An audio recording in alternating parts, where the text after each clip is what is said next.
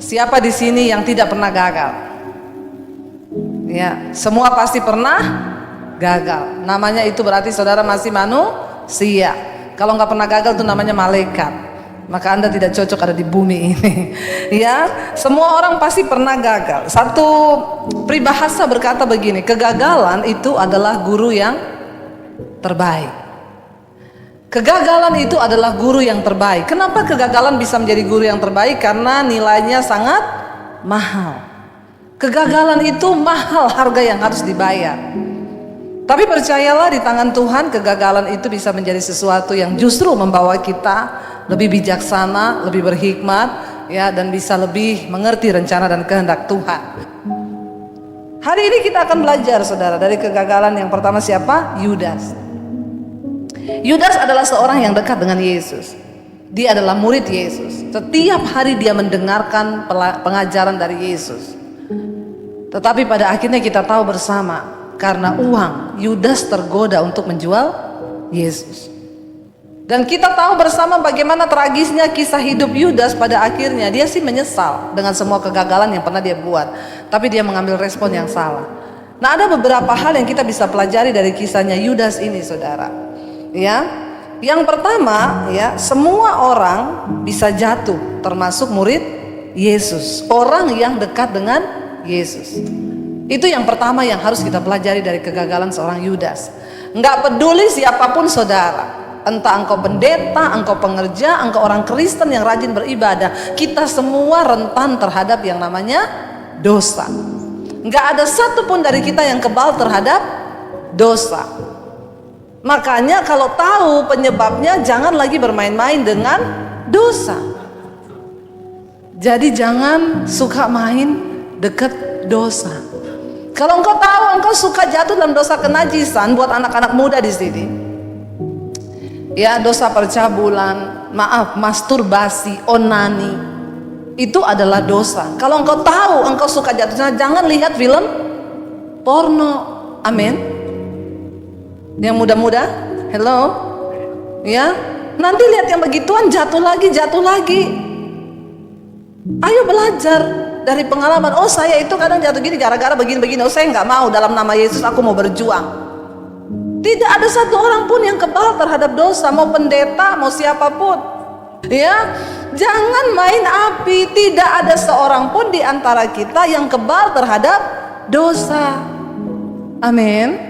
Yudas orang yang dekat dengan Yesus, tiap hari dengerin. Jadi tidak menentukan Anda itu masuk gereja itu, imanmu itu bertumbuh apa enggak menentukan. Enggak menentukan orang pelayanan di atas mimbar, main musik, main gitar. Kalau hidupmu tidak sungguh-sungguh mencintai Tuhan, maka maaf, ya. Ada orang bilang begini, Bu, sekarang itu orang-orang di luar yang mau bertobat terima Yesus udah nggak mau ke gereja. Ya, katanya, itu pelacur mana mau ke gereja, nanti dihakimi di gereja pakai rok mini, preman tatoan masuk ke gereja. Saya bilang jangan salah. Justru pelacur itu kalau datang ke gereja dia nggak pakai rok mini, karena dia tahu dia lagi nggak dinas. Amin. Lo pelacur, preman tuh kalau ke gereja sopan, karena dia tahu dia akan datang menghampiri rumah Tuhan. Justru orang Kristen itu, ya, satu kali pelacur ke gereja dia nggak mau datang lagi. Pendetanya sama istrinya pergi ke rumahnya. Kenapa nggak mau datang ke gereja lagi? Saya pelacur. Nggak apa-apa, kami tetap menerima kok. Walaupun kamu pelacur nggak usah malu. Nggak, saya malu. Kenapa? Di sana banyak langganan saya. Ternyata di gereja banyak langganan. Pastikan kanan kirimu tidak ada langganan. Hati-hati, nggak ada seorang pun yang rentan, yang kebal terhadap dosa.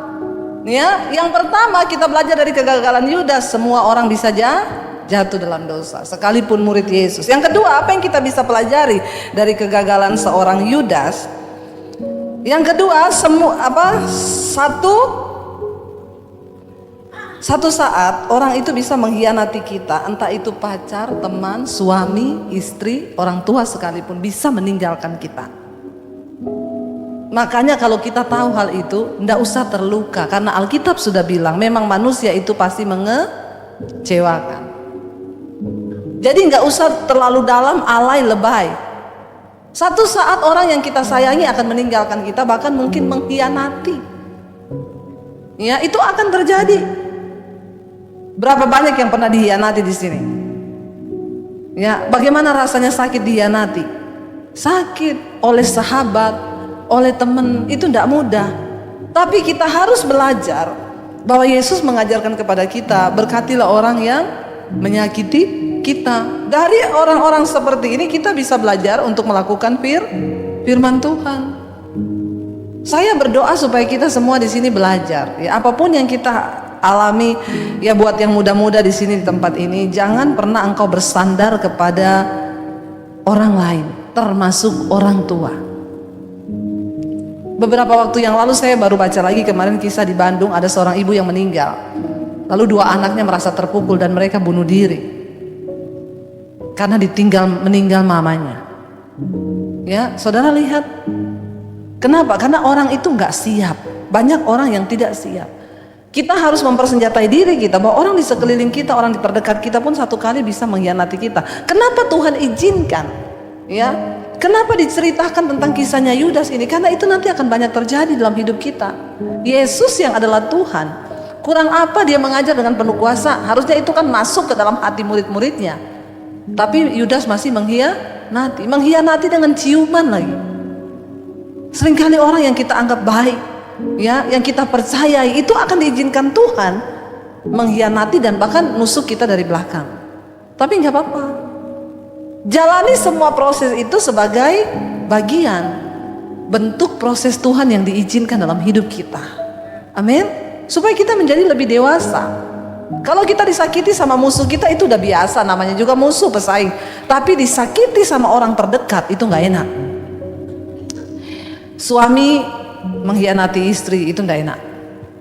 Istri mengkhianati suami itu nggak enak. Tapi ketika itu terjadi, apa yang harus kita lakukan? Kemarin saya melayani ada seorang ibu yang suaminya selingkuh dan dia merasa terpukul luar biasa. Dia bilang, saya tidak pernah menyangka, Bu, suami saya itu orang yang sangat-sangat baik. Dan sekarang suaminya udah bertobat sampai berlutut di kakinya memohon pengampunan. Tapi ini ibu bilang, enggak, saya nggak bisa mengampuni. Saya benar-benar merasa tertipu dan terhianati.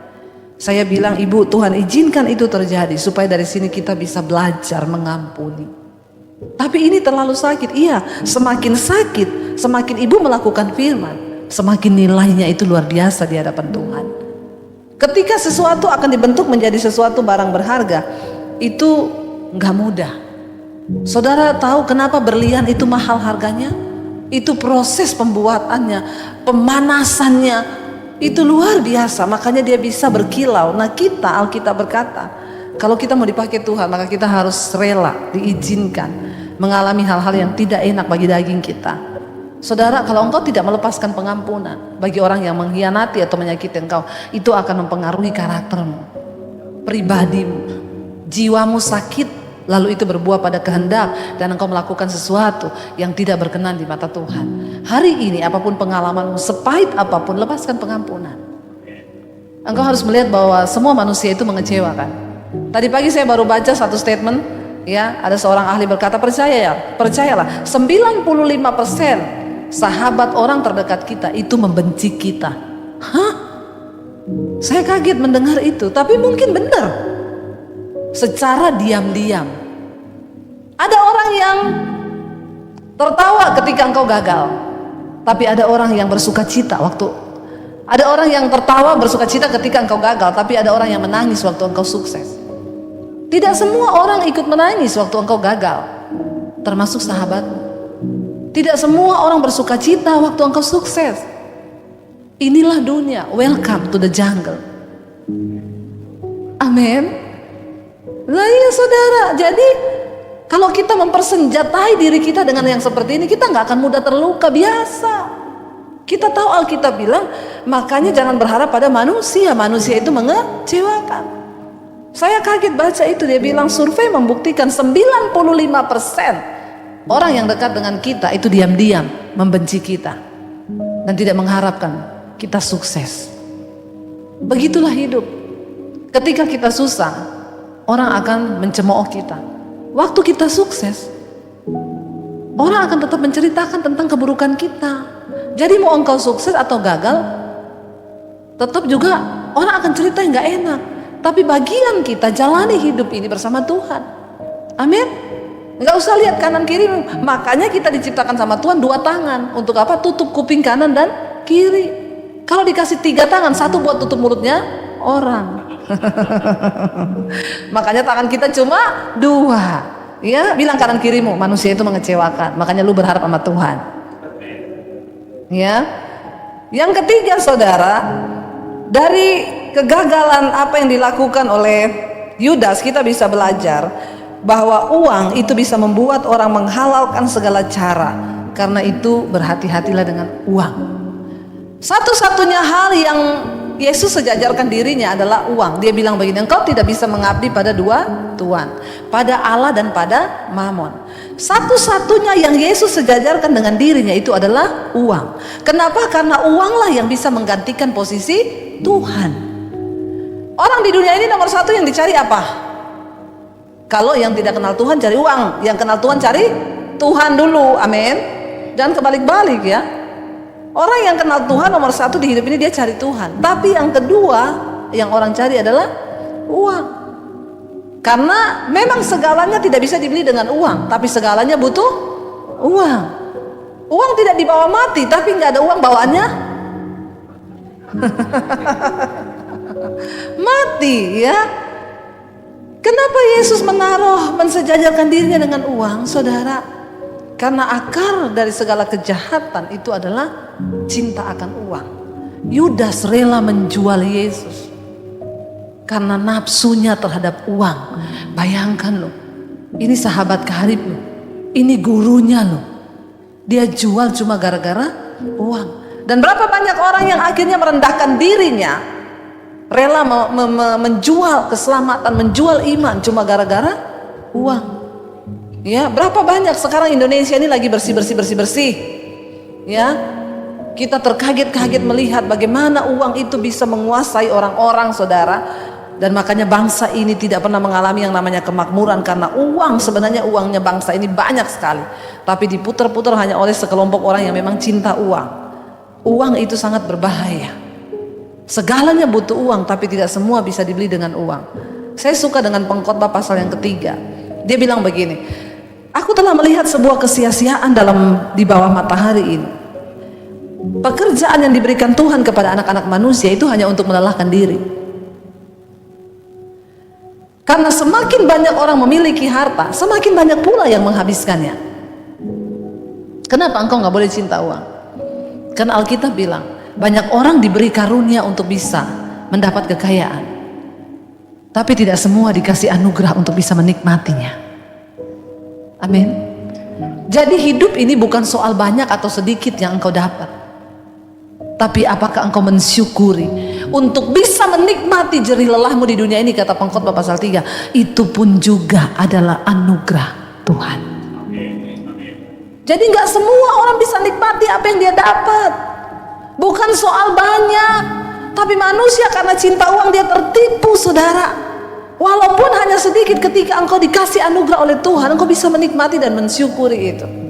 Kesuksesan seorang manusia di dunia ini bukan waktu dia mencapai semua cita-citanya, tapi ketika engkau mencapai cita-cita Tuhan atas hidupmu. Amin. Yang muda-muda di sini percayalah, Tuhan punya rencana buat hidupmu. Dan rencana besar itu hanya bisa diselesaikan oleh engkau dengan Tuhan. Itu tidak bisa diwakili oleh siapapun. Panggilan saya ya buat saya, nggak bisa ditukar dengan yang lain. Saya nggak bisa jadi orang lain nggak bisa jadi saya. Percayalah, engkau hanya berurusan dengan Tuhan. Yang muda-muda di sini, mungkin engkau berkata, aduh tambah zaman kayaknya dunia makin susah ya, lihat sarjana pada nganggur. Banyak perusahaan yang tidak sepakai orang lagi sekarang. Bank-bank di Eropa mulai banyak yang memecat pegawainya. Kenapa? Semua diwakilkan oleh mesin. Orang nggak lagi pakai tenaga orang. Tol berapa banyak yang dipecat karena tol sekarang tinggal gesek. Tetapi kalau engkau berjalan bersama Tuhan, maka dia akan memberikan sesuatu yang baru. Kenapa? Karena Tuhan kita itu Tuhan Allah yang kreatif dan luar biasa.